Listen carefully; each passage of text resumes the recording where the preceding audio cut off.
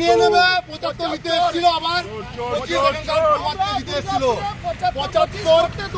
5% নিতে দিয়ে যেতে দেবো না এই চোরগুলোকে।